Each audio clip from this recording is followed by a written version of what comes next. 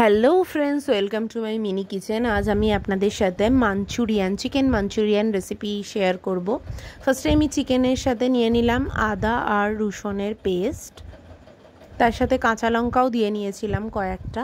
তারপরে এখানে দিয়ে নিলাম কর্নফ্লাওয়ার, বেশ খানিকটা পরিমাণে কর্নফ্লাওয়ার দিয়ে নিতে হবে এখানটায়।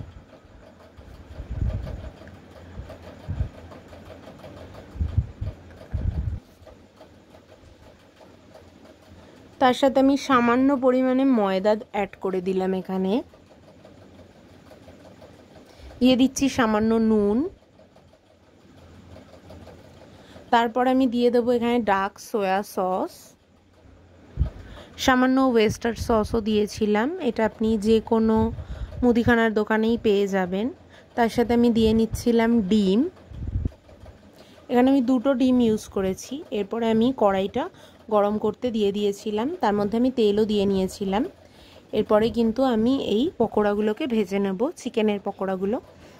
চিকেনের এইরকম পকোড়া কিন্তু শুধু ফ্রাইড হিসাবেও খাওয়া যেতে পারে, খুবই টেস্টি লাগে খেতে। তো আমি এখানে ফ্রাই করে নিয়েছিলাম, আমার একটা পিঠ ভালোভাবে ফ্রাই হয়ে গেছিলো, তো সেকেন্ড পিঠটাও আমি উল্টে দিয়েছিলাম যাতে সেকেন্ড দিকটাও ভালোভাবে ফ্রাই হয়ে যায়।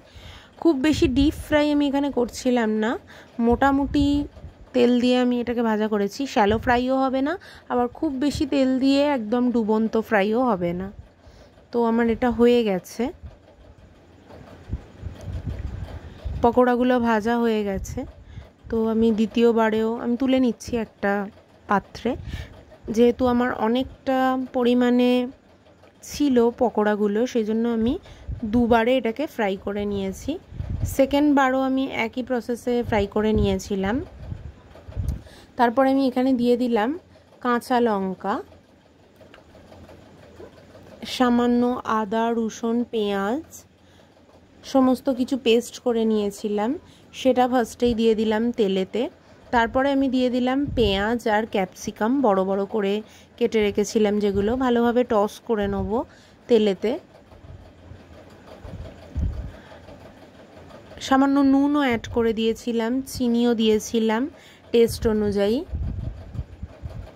এরপরে আমি দিয়ে দিচ্ছি এখানে সামান্য পরিমাণে ভাজা মশলা, যেটা আমি সব রান্নাতেই ইউজ করে থাকি।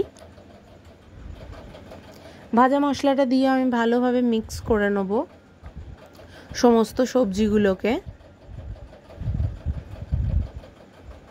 এরপরে আমি এখানে ডার্ক সয়া সস ইউজ করছি, তারপরে দিয়ে দেব ভিনিগার, আর তার সাথে দিয়ে দেবো কিন্তু টমেটো সস। কিষানের টমেটো সসটা ইউজ করি, এটা কিন্তু একটু বেশি টেস্ট হয় নর্মাল সসের তুলনায়। সমস্ত কিছু দিয়ে আমি আবারও ভালোভাবে মিক্স করে নেব। আর একটা পাত্রের মধ্যে আমি আগে থেকেই কর্নফ্লাওয়ারটাকে ভালোভাবে গুলে রেখে দিয়েছি, সেটাও কিন্তু এরপরে ইউজ করব। আমি চেরা আরও 2টো কাঁচা লঙ্কা দিয়ে দিলাম। এখানে যদি কেউ চাইছেন চিলি ফ্লেক্সও ইউজ করতে পারেন, আমার কাছে ছিল না সেই জন্য আমি দিতে পারিনি। এরপরে কিন্তু ওই কর্নফ্লাওয়ারগুলো জলটা আমি এখানে অ্যাড করে দিলাম, ভালোভাবে মিক্স করে নেব। পকোড়াগুলো কিন্তু আমি আগে থেকেই ভেজে রেখেছিলাম। এই গ্রেভিটা খানিকটা ফুটে আসলে তারপর কিন্তু পকোড়াগুলোকে দিতে হবে, আগে থেকেই কিন্তু পকোড়াগুলোকে দিয়ে দিলে হবে না। আমি লঙ্কাগুলোকে একটু ভালোভাবে থেঁতলে দিচ্ছিলাম যাতে ঝালটা বেরিয়ে আসে। এইবার ফোটা প্রায় স্টার্ট হয়ে গেছে, আমি কিন্তু পকোড়াগুলো এখানে অ্যাড করে দিলাম সবকটা। এটা কিন্তু চাউমিন বা মিক্স ফ্রাইড রাইস পোলাওয়ের সাথেও খুব ভালো লাগে, পরোটা দিয়েও সার্ভ করলে কিন্তু ভালো লাগে বেশ খেতে। তো আমরা এখানে পোলাওয়ের সাথে এটাকে সার্ভ করেছিলাম। আবারও আমি ওপর থেকে খানিকটা ভাজা মশলা অ্যাড করে দিলাম। আমাদের রান্নাটা কিন্তু কমপ্লিট হয়ে গেছে।